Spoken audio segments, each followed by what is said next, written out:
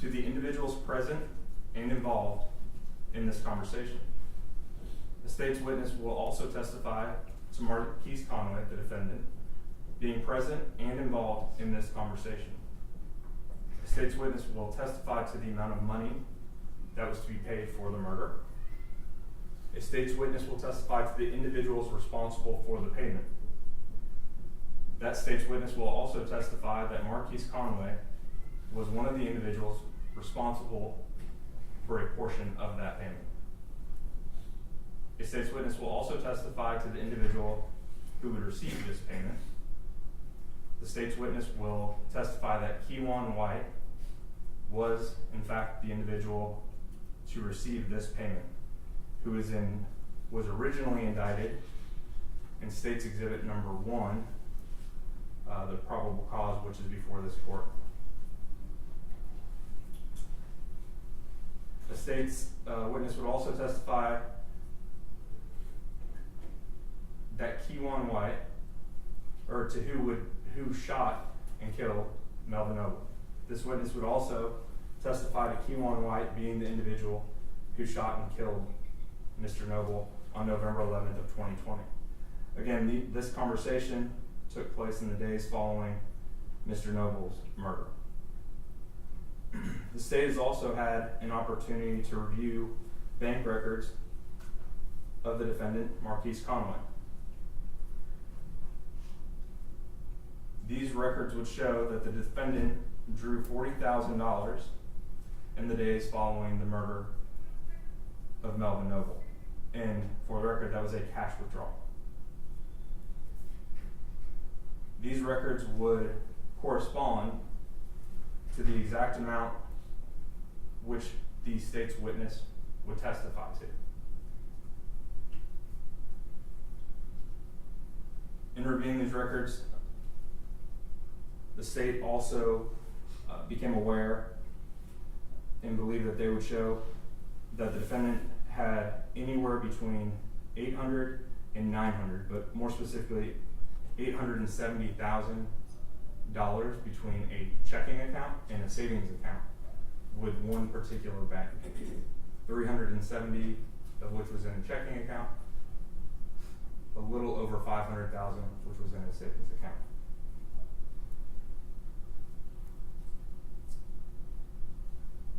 The state at this time would like to publish to the court what's been marked as State's Exhibit number 3, which is the video of the offense. Thank you, Your Honor. Your Honor, before that's published, could I just address something with the prosecutor and the proffer? Sure. So it's clear for the record that as he recited, the state's witness, his proffer is, that's just one witness. Correct, Your Honor. Multiple witnesses. And that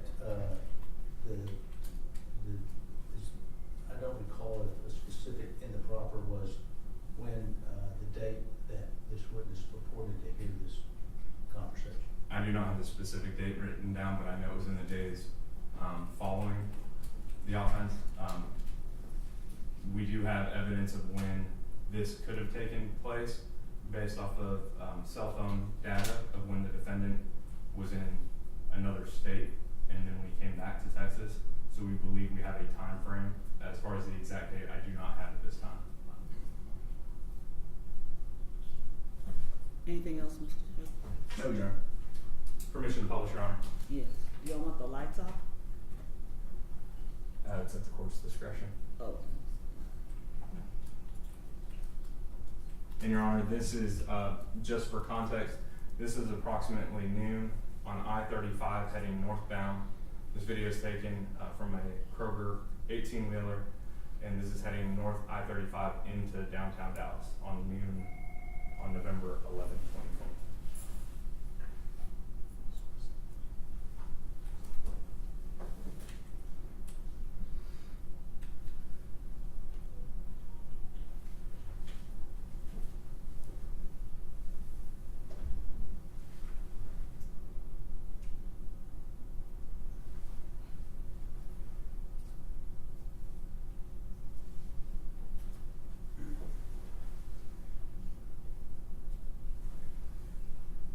Now, Your Honor, if I could draw the court's attention, if you look on stop this video at 19 seconds. You see a gold sedan in the far left lane and a black sedan in the second lane to the left. The gold sedan will be the vehicle carrying the victim, and the black sedan is the vehicle driven by Q1 White, who is then the shooter, based off of the evidence we have. Okay.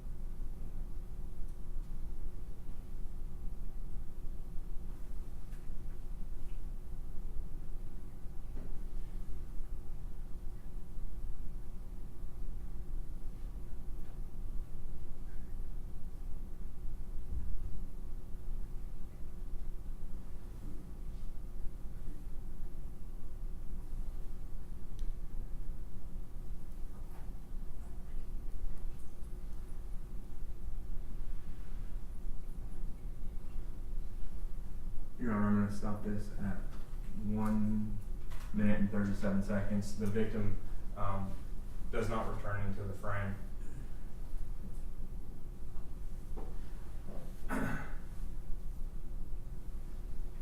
The only other things that the state would like to proffer as far as this bond hearing, since the court does not have a probable cause affidavit, of course, since it's a grand jury referral,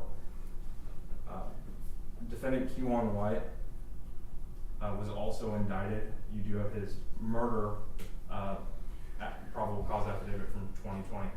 He was also indicted at that same time in cause number F2175377 for Dr. Randall Graham, who also sustained injuries, a neurosurgeon who was heading north on I-35 that day, and was struck as well. However, he did survive. And finally, Your Honor, the last thing that I would proffer at this time would be that there were a total of 44 fired cartridge casings, all from the same style of firearm as far as the caliber, that were recovered on the freeway on November 11, 2020.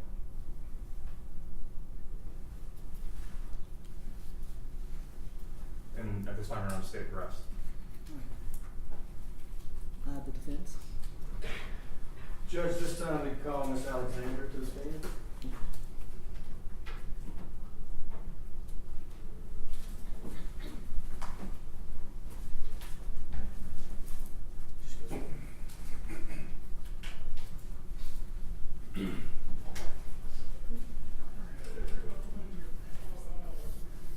And raise your right hand, please. Do you swear or affirm that in all matters before the court, you will tell the truth, the whole truth, and nothing but the truth, so help you God? I do. You may be seated. May I proceed, Your Honor? Yes. Ms. Alexander, could you introduce yourself to the court and spell your last name for the court reporter? Yes, my name is Alma Jean Alexander, Alexander. I'm Markies' grandmother. Ms. Alexander, are you currently employed? No, I retired from Dallas County in 2014. Now, when you tell the judge you retired from Dallas County in 2014, what was your occupation? Deputy clerk. And just for the record, a deputy clerk, what does a deputy clerk do? Process paperwork from the attorneys for the judge. Basically handle the paperwork for the courts. And this is a building that you were employed, is that correct? Yes, it is. And back in the clerk's room, where in the old days we had a lot of paperwork, lawyers would take the file, take it back to the clerk. You would handle the file stamps and put all the papers into the file And type up the judgments. Type up the judgments. Can we back up a little bit? Just tell the judge a little bit about where were you born and when did you move to Dallas County? I was born in Washington, Arkansas. I moved to Dallas County when I was 11, so I've been here like 63 years. And being Markies' grandmother, could you explain the dynamics of your family as far as where are they located and how many grandchildren do you have and where does Markies fall in the family relationship? Okay, Marquise was my first grandson, first grandchild. I have 11 grandchildren and 8 great-grands. Of course, Marquise being the first grandchild, we were always close because you're excited with your first grandchild, so you try to do everything you can and instill in them good values. He's been a godsend to a lot of his family members. He helps everybody in the family. I know it's hard sometimes because when you have people pulling on you and you just trying to stretch money, you know, it doesn't always pan out. But he's always helped whenever needed. He's just been. Let me interrupt you just a minute. When you say, let's just go back a little bit. Did he go to public schools here in Dallas County? Yes, he did. Was he born and raised here in Dallas County? Yes, yes, he was. And does he currently work here in Dallas County? Yes, he's an entertainer. Okay, and as an entertainer, so we can explain to the court, what type of entertainment does he do? Music. And has he done well in his music career? Yes. And in the music career, you have a persona, is that correct? Yes. Okay. And it's a persona out there for your career is different with the family fold, is that right? Right. Him being your grandson, did he go to church here in Dallas County? Yes, he went to church with me often. That was one of my requirements when he'd spend the weekend. And how often do you talk and have a relationship with Markies? When he's in town, 2 or 3 times a week. When he's out of town, sometime once a week. His relatives, are they here in the courtroom today? Yes. Yes. And is his mother back there in the courtroom? Yes, she is. Okay. And for the record, could you just tell is that Miss Kimberly Rush? Right. Is his family here? Are they all here in Dallas County or Dallas-Fort Worth Metroplex? Vicinity, yes. Are you here to just tell the judge he has sufficient ties to this community? Yes, he does. He does. Now, as far as, does he have any children? Yes, he has 2 sons. And how old are his children? 5 and 7. Is he, have you observed him being involved in his children's life? Yeah, we go to football games for the little ones all the time. He's always got them in sports. Okay, so he's out there in the community coaching up his sons and other kids that play on the football team? Yeah, I call him the Joe Jackson of the sports. You call Joe Jackson being Markies? Yeah. Joe Jackson was Michael Jackson's father. You know how he pushed them to be great and good. So I said that's what he's trying to do with his boys. I'm glad you cleared that up. There's other Joe Jacksons, but yes, I can get that Joe Jackson would be well involved in his family. Yeah. So you're telling the judge he's from Dallas County, significant ties, and he's involved with his family. As far as you're aware that he is been arrested for this charge Yes.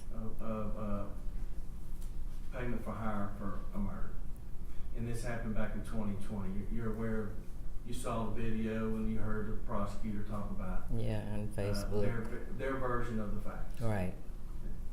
How long has he been in jail? Oh, 8 days since last Thursday. The bond set at $2 million. Has he been able to post that bond and get out of jail? He's still sitting here. No, he hasn't. We're asking the court for a $250,000 bond based on, do you believe that Mr. Conway could post a $250,000 bond? I'm pretty sure we can get it together. And are you telling this court that he's not able to post a $2 million bond? No, he's not. That's the witness. Cross-examination. Yes, Your Honor. Good morning, Ms. Alexander. Good morning. My name is Tommy Adams. If you have any questions with my questions, if I don't form them in a good way, please just ask me to repeat myself and I will do so, okay? Okay. I appreciate you being down here. I'm sure this is not an easy day for you. So, thank you. You worked for the Dallas County within the clerk's office up until 2014, correct? Correct. Now, Ms. Alexander, are you aware that there was a bond schedule that judges could set bonds on different level offenses within this courthouse? Yes. And are you aware that that bond schedule has since been done away with and was subject to a federal lawsuit against all of the district judges within Dallas County? No. Okay. Now,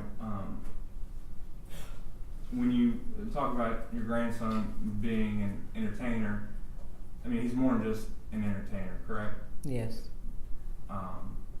He's in fact a double platinum artist, correct? Right. Now,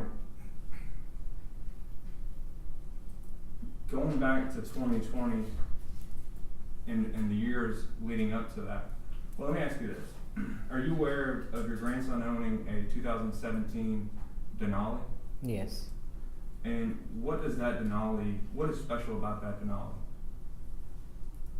It's bulletproof. It's bulletproof. Now, Ms. Alexander, I can't imagine in all your years working here at the clerk's office that you ever felt like you needed a bulletproof vehicle.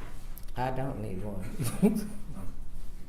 Now, Ms. Alexander, would you agree with me that in 2020 and the years leading up to 2020, that there was a lot of stuff going on in the city of Dallas surrounding, and to be quite honest, our victim Melvin Noble and your grandson Markies Conway? I try not to delve into Facebook and hearsay because I know him for myself, so. Well, let me ask it this way. Are you aware your grandson was shot in Plano? Yeah, I was there. You weren't there at 3 a.m., were you? I was at the hospital. Correct, okay. Mm-hmm. But you would agree with me that even if you're not on Facebook, I mean, this stuff was on TMZ. I think your grandson even did an interview on TMZ with those folks on live TV about this. So you're aware that there was a back and forth going on in this city involving your grandson as well as Mr. Noble, the complainant in this capital murder case. You're aware of that at least, right? Yes, somewhat. Okay. Is that the reason your grandson felt the need to get a bulletproof Denali? No, he felt the need because people are jealous and you don't know who's gonna do what, when or where.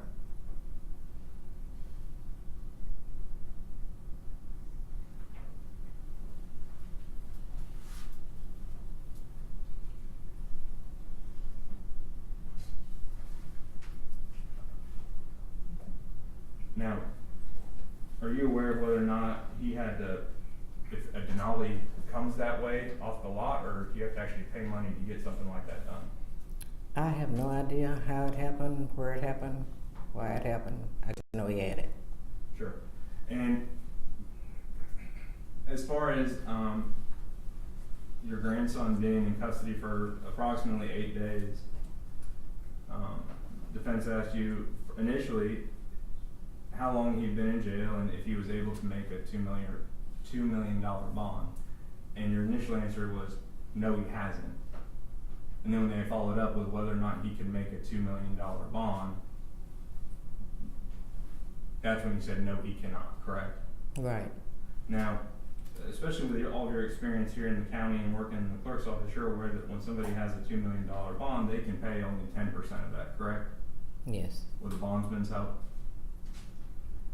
Now, your grandson is a double platinum recording artist, correct? Correct. And he lives in a mansion in Frisco, correct? Correct. And he has houses in other states, correct? And I'm not aware of that. Are you aware of him paying and helping to support other individuals in the family and also extended family and friends? I'm not into his business like that. You'd agree with me that your grandson is substantially well off, correct? He might used to be, but if he could make a $2 million bond, he'd be out. Would you agree with me though that there's a difference between can, want to, and choosing not to? I'm aware of all of those things, but I know he don't want to be in here, so I know if he could afford it, he'd be out. Plus, he has other bills. He don't just have money laying around. Sure. Now, Ms. Alexander, if I wanted to reach out to Ms. Rush, your daughter, what would be the best phone number to reach her at? She's not my daughter. Okay. Mr. Conway's mother, if I was going to reach out to her, what would be the best phone number to reach out to her at? You don't have that information? If you were going to reach out to her, not me. Judge, I'm gonna object to bantering with the witness and relevancy here. We're kind of veering off to and getting in discovery. The state hadn't showed us their case. They made a proffer here. It seems like they can do their discovery outside the courtroom. Objection overruled. You may proceed. Ma'am, you'll need to answer the question. What was it? If you were going to call Ms. Rush, what number would you call her at? If you need to check your phone, I'd be happy to wait. Okay.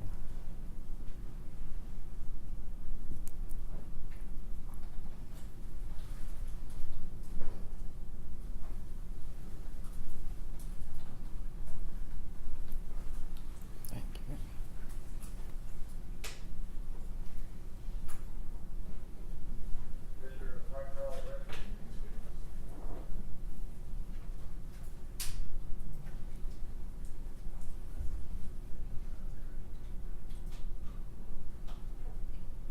Two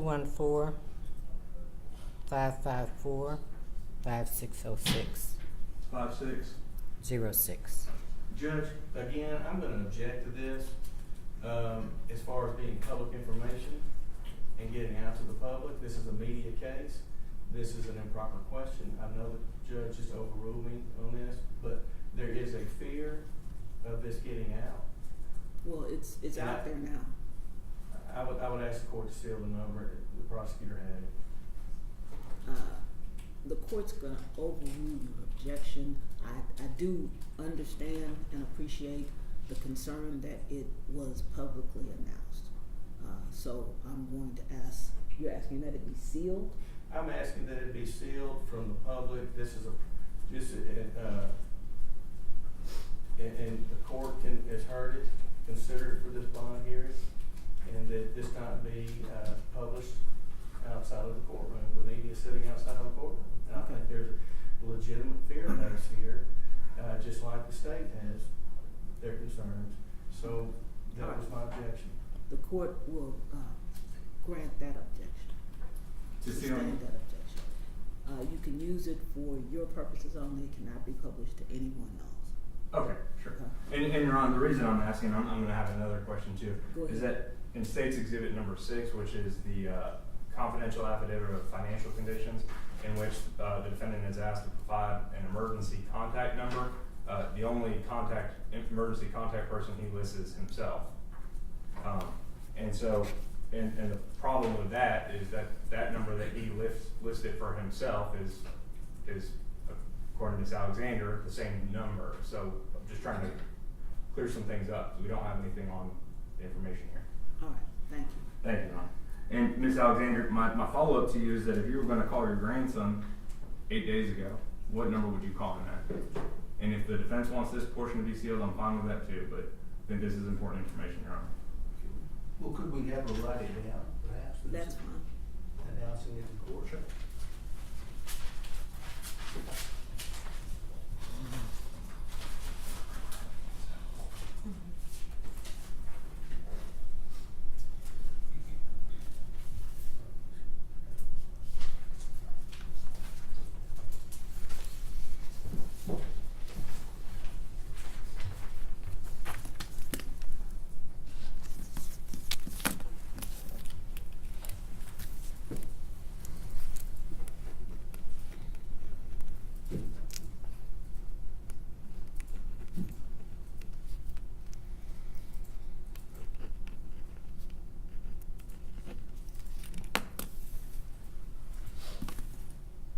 Thank you, ma'am. Defender to defense, looks for Markies, states exhibit number 7. No objection. State's exhibit number 7 is admitted.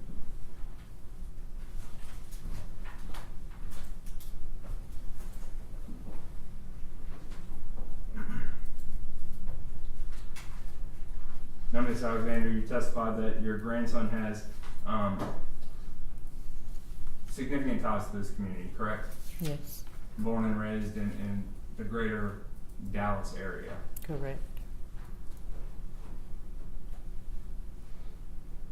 As far as how much time he spends in the city of Dallas, or more or less Dallas County and the surrounding areas at this point, do you know approximately how much time he spends in the greater Dallas area per month? I'd say 3/4 of the time. 3/4 of the time.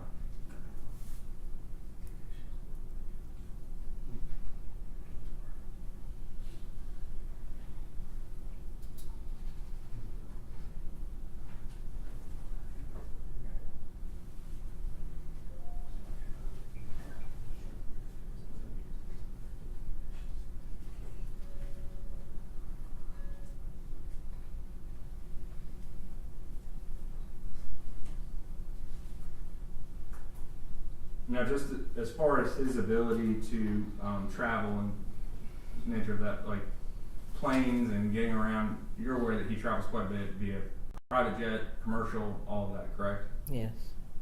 Does he have access to his own private jet? No.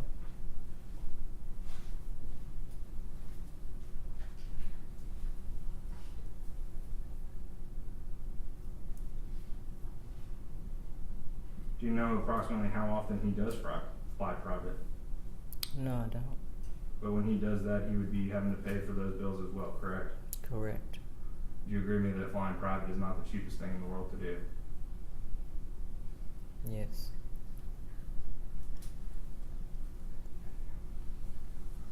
No further from the state, Ron.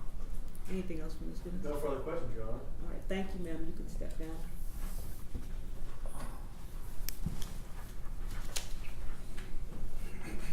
You have another witness? Judge, I was gonna make a proffer we discussed, back in Chambers. May I make a proffer, Your Honor? Yes.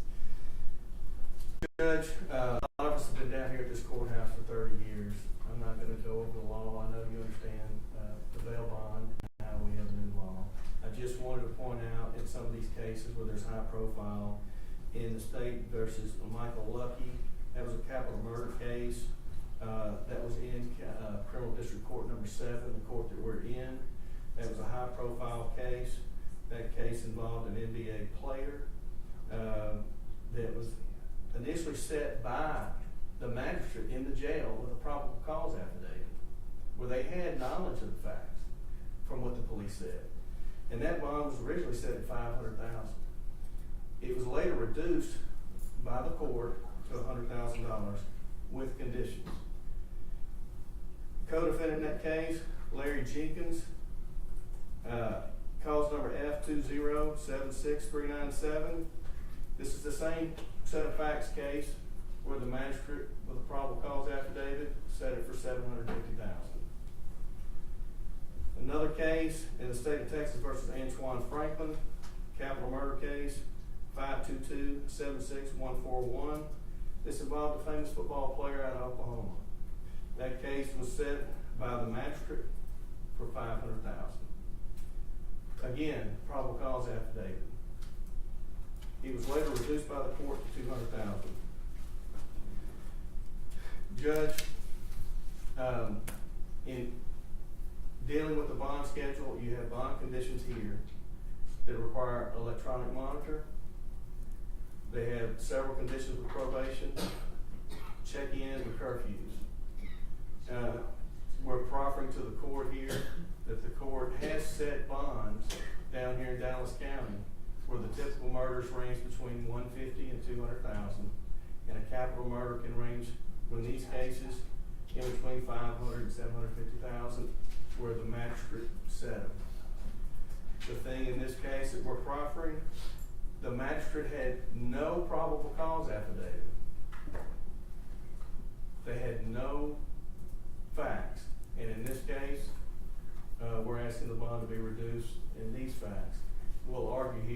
just want to proffer those 3 cases. All right, anything else?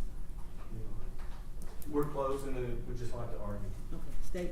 Your Honor, I would just, if I could, just briefly, I would also like to proffer just 2 cases since defense has brought up some cases that have come here from Dallas County. The first one I would like to bring up is F2475475. Defendant's name is Chaz Booth out of the 194th Judicial District Court. He is currently sitting in jail on a capital murder charge for $2 million. That defendant is not a celebrity, a basketball player, a football player, a musician, an artist, or anything like that. I'm sorry, what's the bond on that one? $2 million. Oh, 2 He million. is a 20-year-old who is charged with capital murder. Additionally, we have Jordan Owens, who was recently sentenced F2377243, also a capital murder, and his bond was set at $1.5 million, and I believe that was in the 282nd Judicial District Court. And that's, as far as cases, I'm not going to keep going with. I'm not going to go back and forth, so that's all we have as far as rebuttal and withdrawal. Your arguments? We'll waive and reserve the right for a rebuttal. All right. Judge, I'll begin and then Mr. Cusco can finish up with that. Your Honor, as you know, under 1715, the court considers certain facts in the bond reduction hearing and determining whether to reduce the bond. Here in this hearing, the court has before you been introduced 2 arrest affidavits. There is not the arrest affidavit of our client, that does not exist, but you do and have reviewed the arrest affidavits of Kewan White and Mr. Brown. Those arrest affidavits were taken on Kewan White was December 8, 2020, Devin Brown, March 18th of 2021. The offense itself is approximately 4 years and 4 months ago when it occurred. You carefully reviewed those affidavits and set out how the offense, and you saw the video. Nowhere in those affidavits is there any mention of our client, any mention of his role, any mention of connection to this case in either one of those affidavits that you have before you that you can consider. As far as the proffer given by the state, they choose what they can proffer. They said they have one person who overheard a conversation after the incident that happened on the highway in which he heard money being discussed and our client present at that during that conversation about paying money. You received no information in the proffer as to the credibility of that witness, if they have a bias or a motive for coming forward now at this time, 4 years, 4 months later, with this information. You only have you don't even have a proffer that this was a confidential informant, which you know requires some type of vetting, just that it's a person who said they were present during this one conversation. And that's the only evidence that you have before you this hearing that connects him to this offense. The state also proffered a bank record that said there was after the incident in November of 2020, there was a withdrawal of $40,000 cash. No proffer was made as to if that money there was traced anywhere to the other defendants charged in this offense. You've received no information of a text message, any message on social media platform that our client paid for this murder, any type of remuneration, no recording of any sort, just this person who came forward and said he overheard this conversation.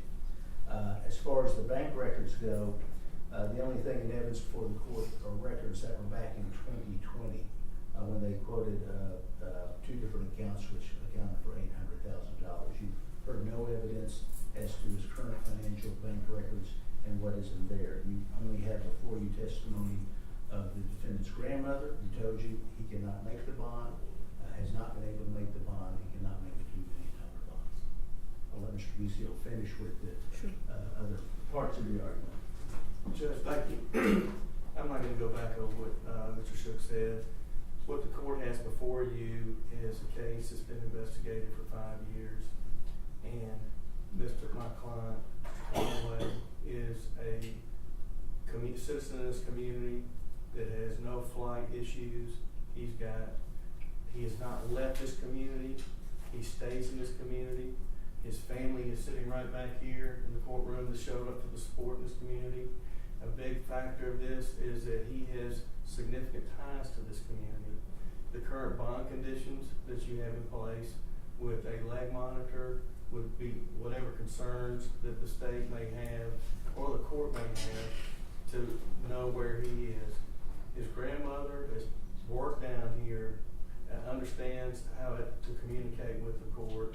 We have people, and the bond restrictions of that, the court is aware of how significant the bond restrictions are in keeping them and writing a bond. Judge, we're coming at this is a significant oppressive and punitive bond under the law, in our opinion. We believe that the magistrate, when she set this bond, did not have any evidence in front of her and set it high. We also believe that after 8 days, had he had the money, he would have posted it, and he's sitting here in jail. And that those cases that the state and I have talked about, the court is well aware of a wide range that you have, but given these facts that Mr. Shook went over with no corroboration, we don't know anything about their case, this witness, who they are, the court doesn't. And given the facts presented, we're asking you to reduce this bond to an appropriate amount where he can abide by the conditions and come to court and we can fight this case. Okay, thank you. State? Yeah, sure, just briefly. In regards to an individual's ability to pay the bond, Ms. Alexander testified specifically that she is not involved in her grandson's business and doesn't keep up with his financial stuff. So she really was not in a position to testify what he can and what he cannot afford. She did testify to the fact that he is a double platinum, I believe as of recently 2 weeks ago, recording artist, that he travels about a quarter of the month, that he lives in a mansion in Frisco, that he drives a Denali, a bulletproof Denali, which also will lead into safety concerns. So the only thing that the court has as far as ability to pay or not to do it, or not having an ability to pay this bond, is the bank records which I've proffered to the court, as well as his own grandmother saying that he's a successful artist living in a mansion up in Frisco, that flies on private jets and travels. The important thing about the Denali is not just the fact of the cost and all of that, but it's the fact that when we're talking about safety concerns for the community, and one of the factors that the court should take into consideration is, if this individual were to get out, is there a viable safety concern? The fact that the defendant has a bulletproof vehicle and drove one at the time and was arrested in it 8 days ago, that should tell you all you need to know. And that's not just based off of pure jealousy. Your Honor has been doing this long enough to know that is based off of something much greater than just pure jealousy. As far as safety circumstances for the community, this is, as defense has stated, a very high profile case. And this defendant is very well known, not only locally, not only in the state, but nationally and internationally. The fact that this individual has the means and the resources and the reach to get to witnesses is a true concern that the court should also take into consideration. And that this was part of a bigger thing that was going on in 2016, 17, 18, 19, 20, culminating in the death of Melvin Noble. The circumstances surrounding it are not only the offense in itself, but the circumstances building up to Mr. Noble's death. And Your Honor, I didn't want to go back and forth with the defense on proffering cases of bonds and $2 million and $3 million bonds, but the truth is, this is a capital murder for remuneration. And the defendant is charged with paying other individuals to take another human life. And he has the financial means and the reach to do it. In fact, I think it's important that there was another victim. This was at noon on I-35 leading into downtown Dallas. 44 fired cartridge casings.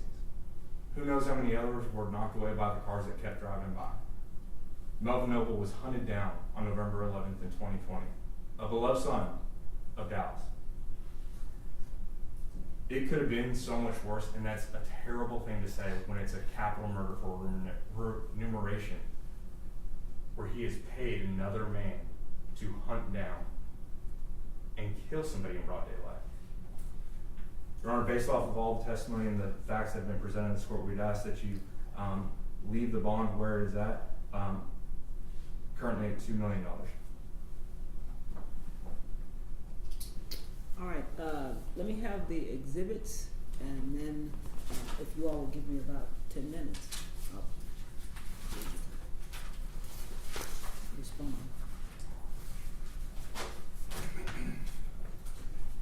God, approach, Your Honor. Yes. The defense did not have any exhibits, right? No, Your Honor. And this is just the video, right? That Yes, was Your Honor. released. Anything else that I need to take with me? And you had 1 and 2 still. Yeah, I said that. Finish. All right, thanks. All right.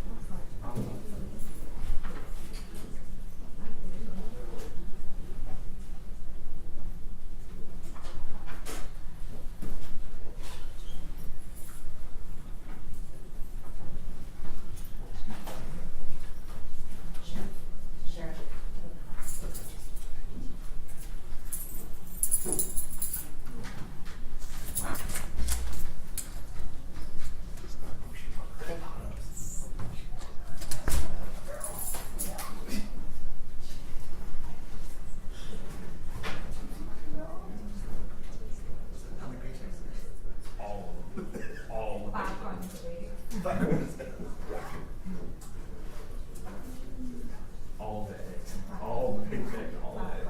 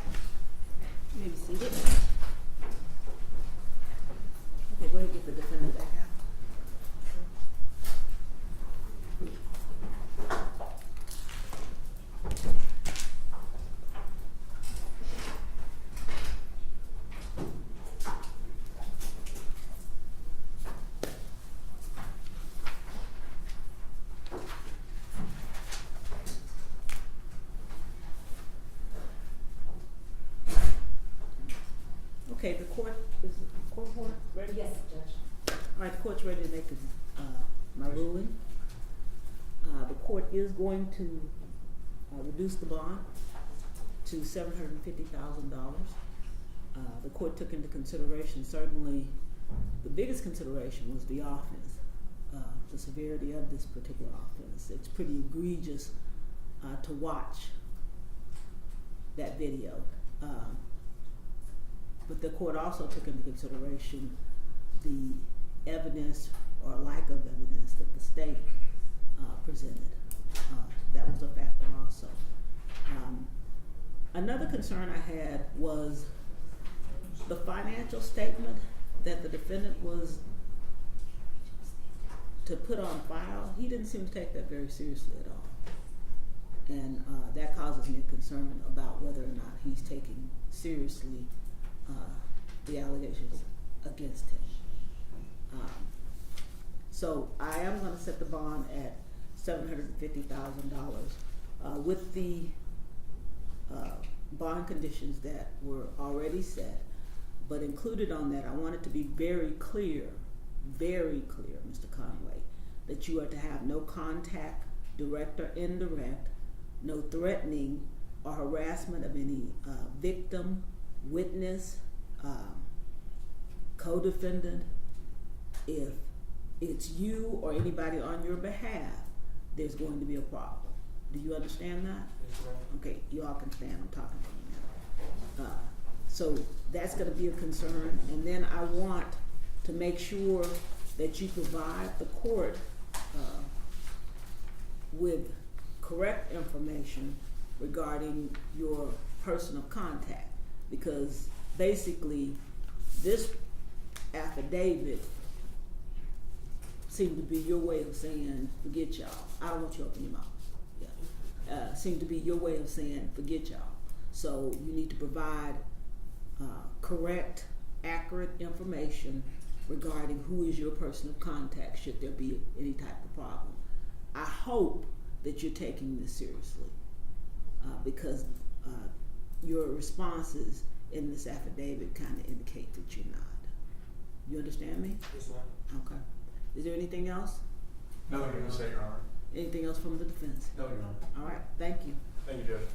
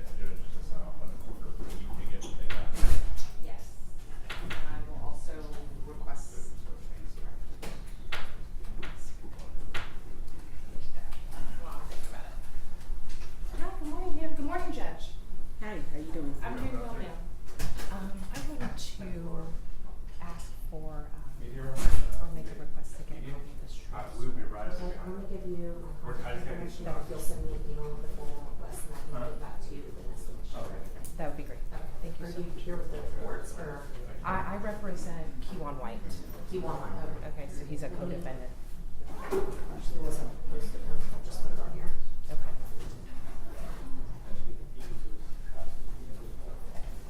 Thank you so much. Oh, okay.